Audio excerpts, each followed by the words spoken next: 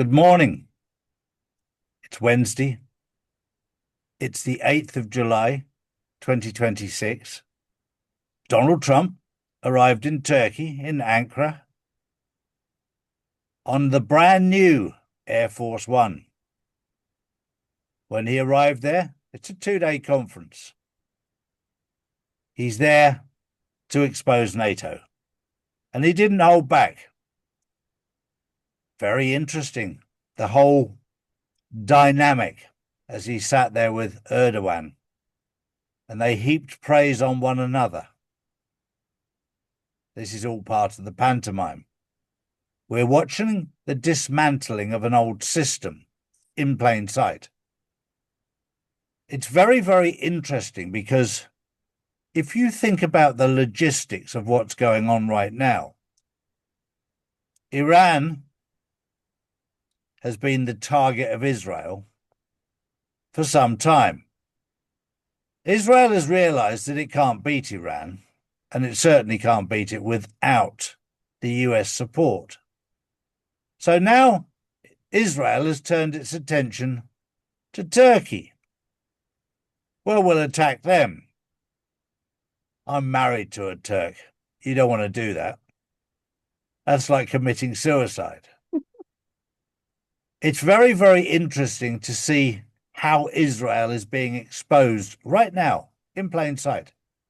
There's a lot of people who criticize Donald Trump for his relationship with Israel, with AIPAC, with the people who funded him.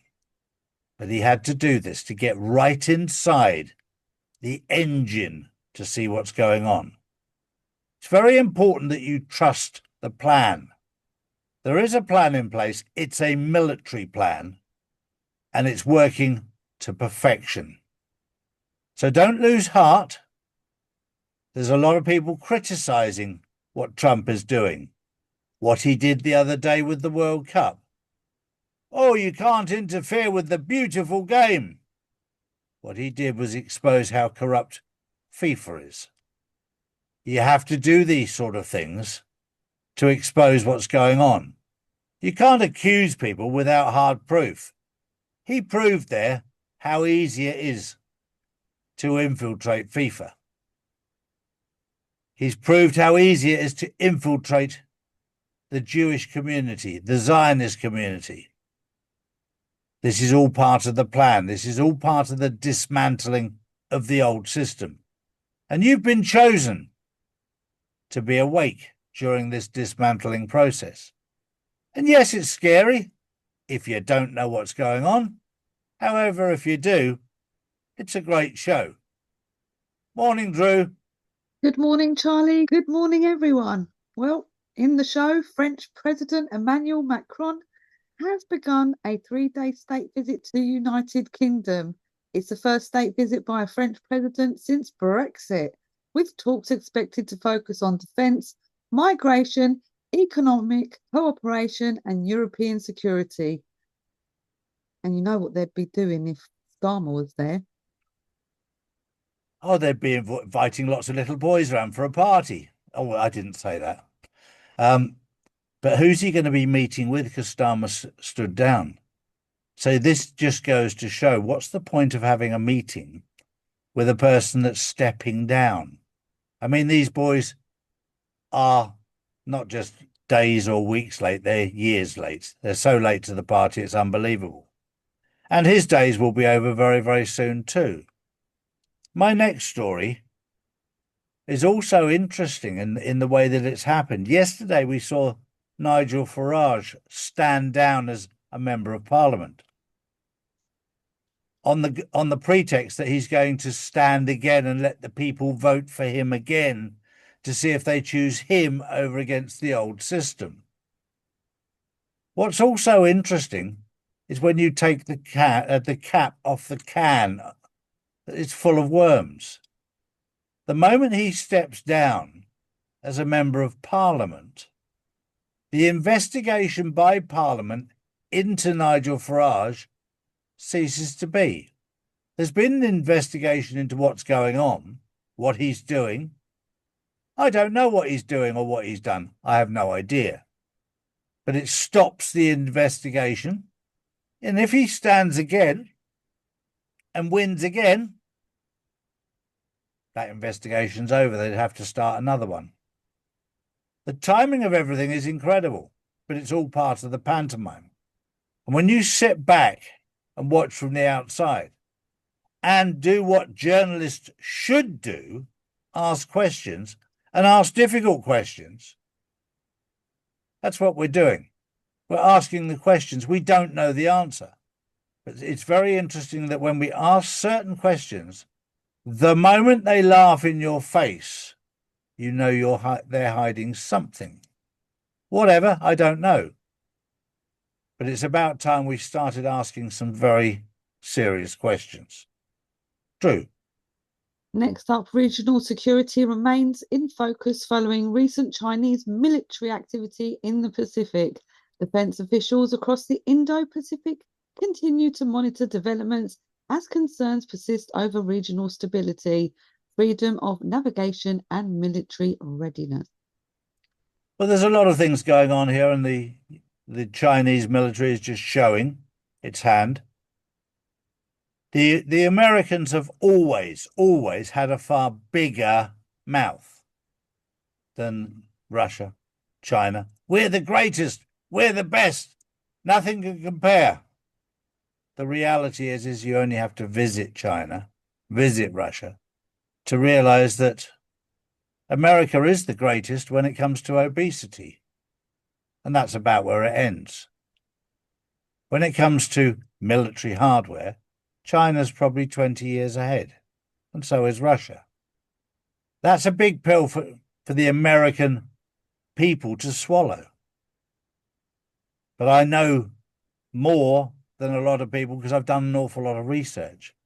Yes, America is a big dog, but it's a bit lame at the moment because the operating systems that China and Russia have probably 20 years ahead.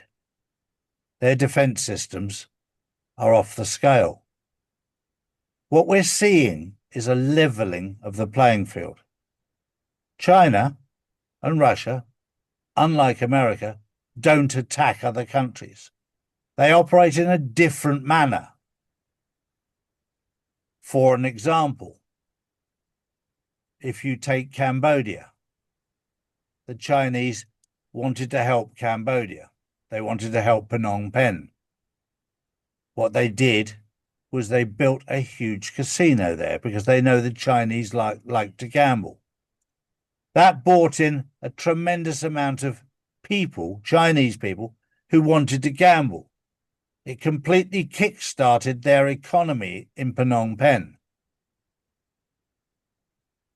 They do things very, very differently. Yes, they'll help out, but they don't have preconceived plans as in, you have to do this for us to do this. They come in and help. And yeah, they may well ask for your assistance 10, 20, 30 years down the line based on the fact that they helped you. And we're all a bit like that. If we help people, we expect them to help us when we need it. My final story is quite a sad one.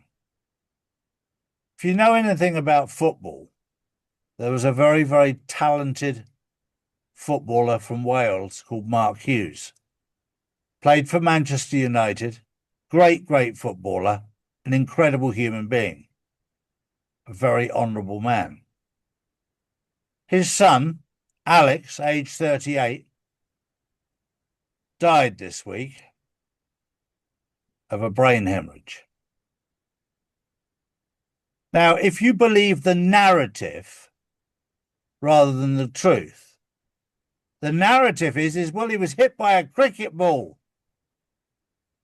in the neck 12 years ago.